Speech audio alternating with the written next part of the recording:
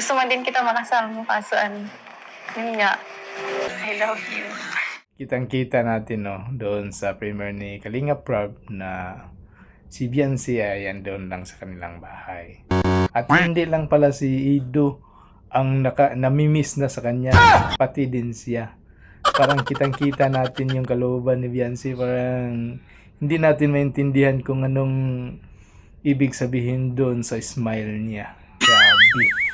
So grabe naman si Beyonce, parang matagal na din niyang miss si Ido. Ayan na, may pasabog pa si Beyonce at saka si Ido, yung pagkatagpo nila. Yung pagkatagpo nilang dalawa. Kaya nga, yung panawagan ni Beyonce dyan, lalo na doon sa mga buzzer, ay iwala nyo na lang. So, alaman natin na si Beyonce ay isang binata pa, nag-aaral.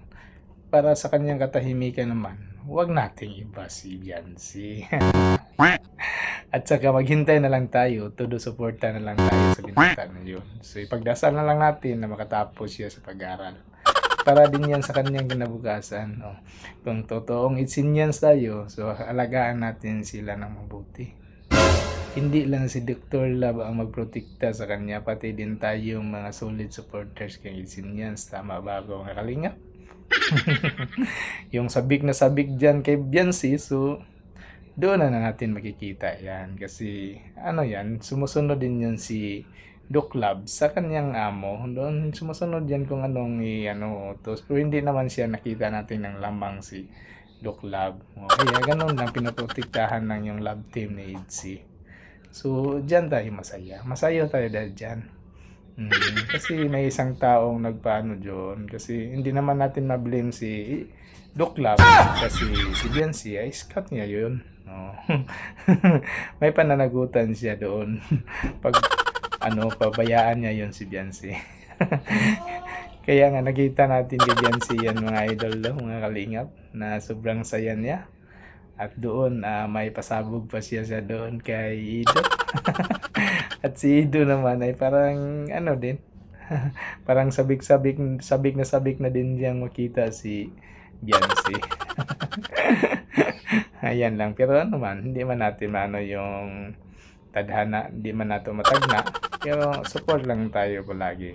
Alam natin na si Ido, alam niya na nag-aaral si Beyonce. So parang hindi siya maistorbo palagi, makapokus sa pag-aaral. So yun lang ginagawa niya. Hindi palaging nagsama-sama kasi isa pa yung binata, nag-aaral pa yan si Beyonce. So hayaan lang natin yan para sa kanyang seguridad or sa kanyang privacy ba. Tamang-tama yun. So yung panawagan nila Kalinga Prab at saka ni Doc Love na pwede naman kayong pumunta sa Beyonce. Pwede naman yung kumustahin, pero bawal muna yung kumukuha ng video, picture, kasi baka magkalat na naman, iba-iba naman ang doon, usapan, iba-iba namang issue, ay dapat iwasan natin yung mga issue ay. Kaya pakiusap ko rin naman sa mga nagpa-vlog, huwag lang din basta-basta tutok ng camera, huwag basta-basta kung magla-live, huwag basta-basta magsalita nang wala namang pruweba. So dapat natin yung iwasan at saka protektahan natin yan. Tayo naman lahat ang dyan, makabinipis dyan sa mga nila, ginagawa nila. Kasi pag idol natin yung isang tao, maging masaya tayo. Kahit makita lang natin nakatalikod, basta sure natin na siya yun, maging masaya na tayo. Ayan na mga kalingap, So dito, pinakita ni Kalinga Prab at saka sumusunod naman tayo sa nilang mga roles nila. Yung iba lang, siguro inggit lang yun kay Doc Love. Pero hindi naman siya natin mablame kasi may kasabihan man si Kuya Bal. Di ba? May kasabihan si Kuya Bal na scout mo, vlog mo, pero hindi naman ang lamang si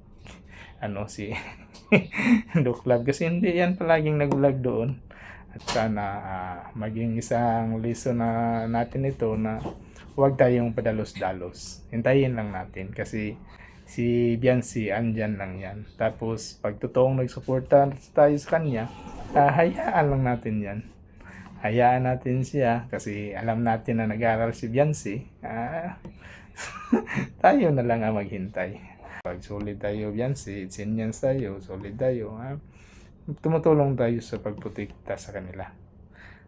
Hindi lang natin hayaan kasi alam na natin na ang daming wakwak dyan sa tabi-tabi lang. So, na-experience nyo na, na dami nang nawakwak na galing dun sa lingap. Kaya, mas mabuti may taong may taong naglagay ng CCTV dyan. Para kung anong galaw dyan, pag may ibang mga wakwak na pumunta dyan na mapakgang, hindi na matuloy sa kanilang mga plano. Ayan na mga lingap. So, ayan.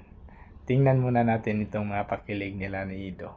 Gusto man din kita makasama, kaso yun nga, layo mo pati talaga kasi nun, buti ko sa inyo lang. Ikaw kasi ay nagpaganyan ka pa. Namiss ko dito sa bahay niyo. Namiss ko bumisita dito. Pero, ikaw talaga ang pinaka-namiss ko sa lahat.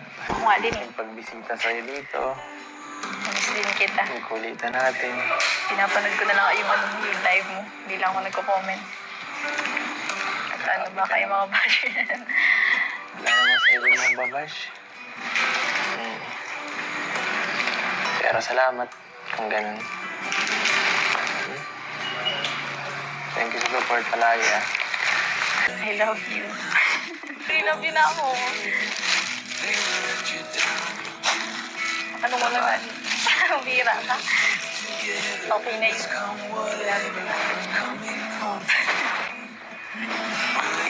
Kaya mo naman.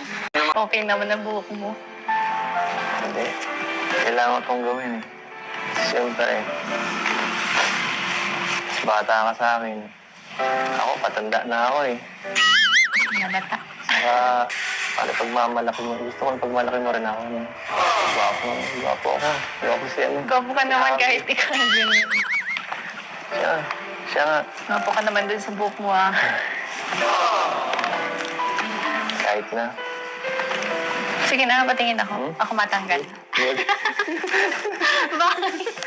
Wala, nahiya ka talaga. May kinahiyaan ka talaga. Sige, okay.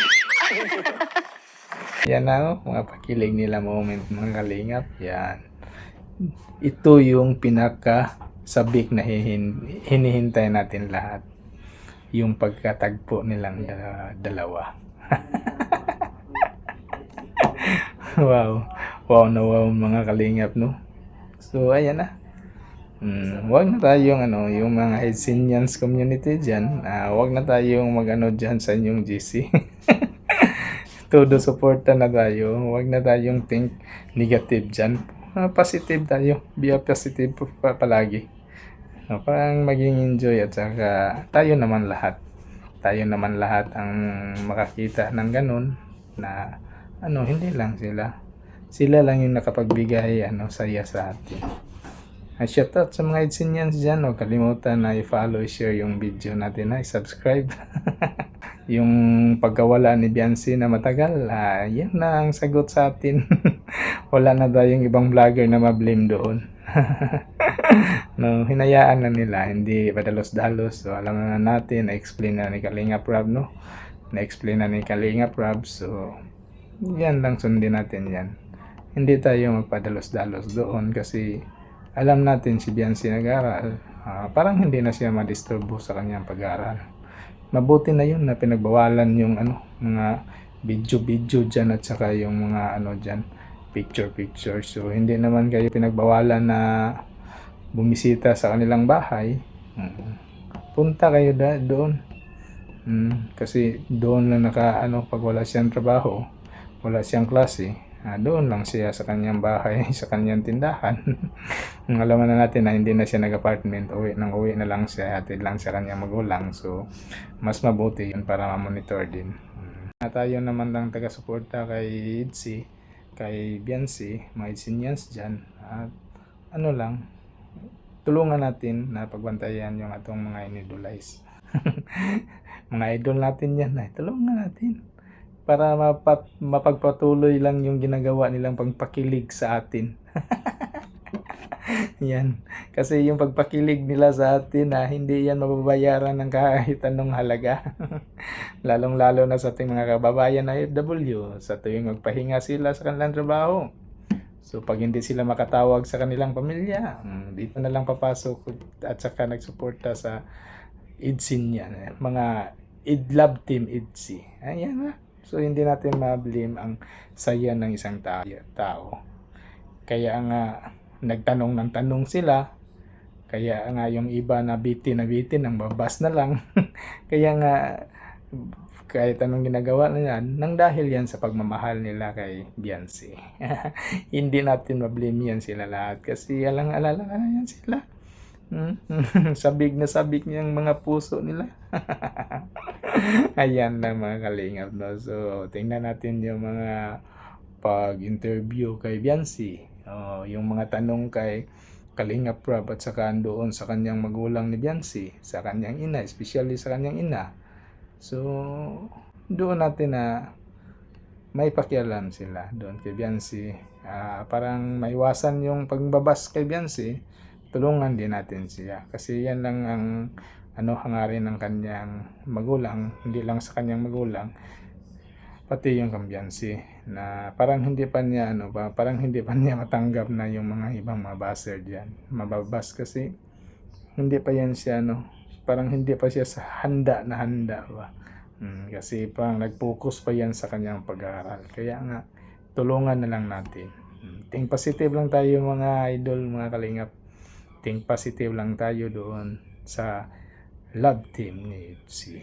Ayan po, todo suporta na lang tayo. Wala tayong ibang hangarin dyan na ipalawig pa ang kanilang Love Team. So, hanggang sa muli po, thank you so much sa inyong lahat dyan. Lalo na kay Ma'am Nanchin, na Mama Ramirez Sinner, sa lahat ng mga kalingap supporters. Thank you so much sa inyong lahat.